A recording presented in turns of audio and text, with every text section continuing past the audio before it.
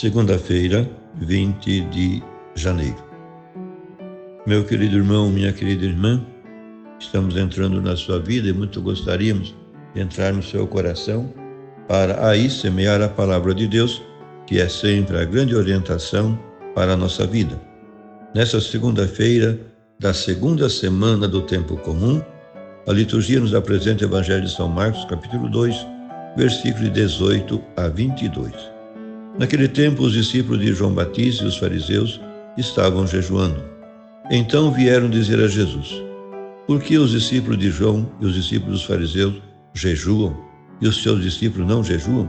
Jesus respondeu: os convidados de um casamento poderiam, por acaso, fazer jejum enquanto o noivo está com eles? Enquanto o noivo está com eles, os convidados não podem jejuar.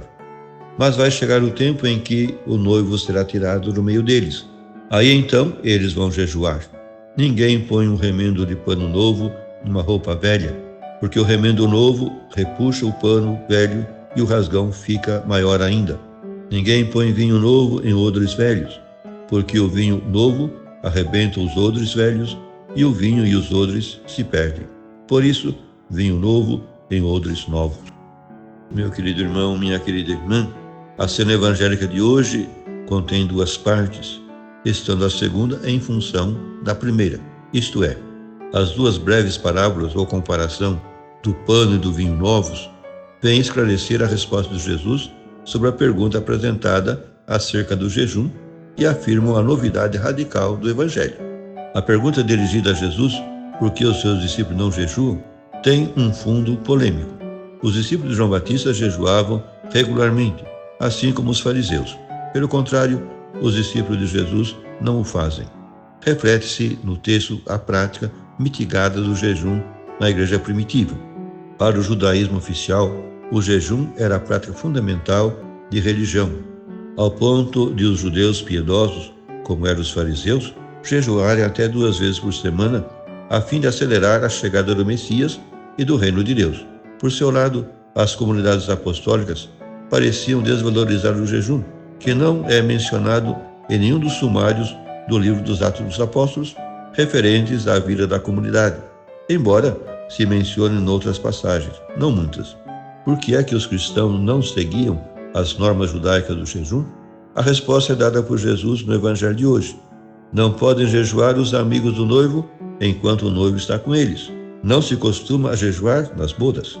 E Jesus é o noivo das bodas de Deus com o seu novo povo e com a nova humanidade dos tempos messiânicos inaugurados pelo reino de Deus na pessoa de Cristo. Na sua resposta, Jesus prossegue com a imagem veterotestamentária dos responsáveis de Deus com Israel.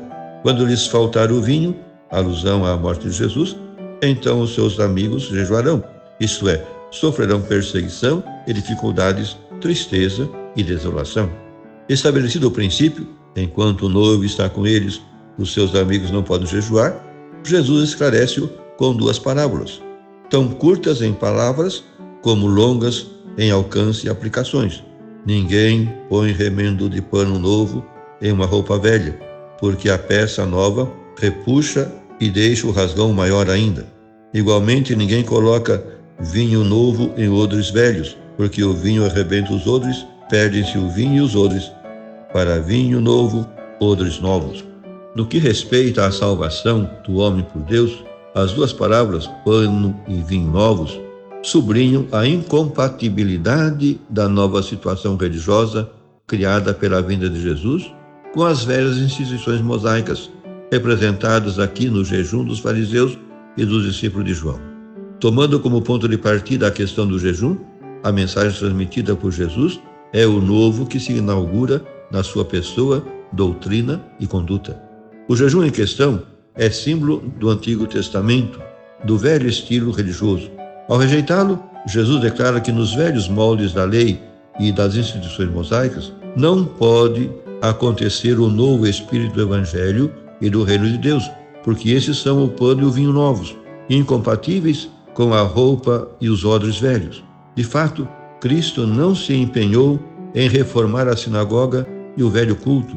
Antes, fundou o novo povo de Deus, a nova comunidade cultual, o novo Israel, isto é, a Igreja. Como vemos no Sermão da Montanha, Jesus preconiza uma nova ordem religiosa e moral, o amor e a fraternidade frente ao ódio e à vingança, o espírito de serviço em vez do poder e da exploração. Repetidas vezes, Cristo disse não ao antigo inútil e assim, frente à religiosidade ritual e formalista, propõe uma religião em espírito e em verdade.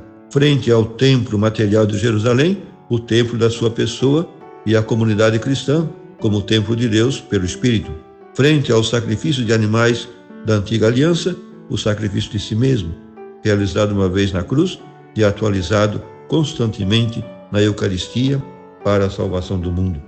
Temos que deixar que atue em nós e em nossa comunidade o vinho novo do Espírito de Cristo, fermento de novas relações com Deus e com os irmãos. São Paulo escrevia aos fiéis de Corinto: sois uma carta de Cristo, redigida pelo nosso ministério, escrita não com tinta, mas com o Espírito de Deus vivo, não em tábuas de pedra, mas em tábuas de carne do coração. Deus deu-nos a capacidade para ser servidores de uma nova aliança, não baseada na pura letra, porque a letra mata, e por sua vez, o Espírito dá vida. Por fim, rezemos. Nós te bendizemos, Pai, pelo cálice do vinho novo, que sela a tua aliança conosco pelo sangue de Cristo. Ele entregou-se nas mãos dos verdugos para que do seu sangue derramado nascesse o novo povo, como da uva prensada nasce o vinho da festa.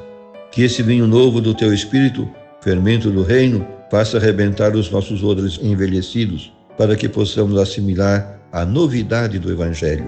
Concede-nos, Senhor, movermos-nos com a fiel liberdade que dão o amor e a amizade contigo. Amém.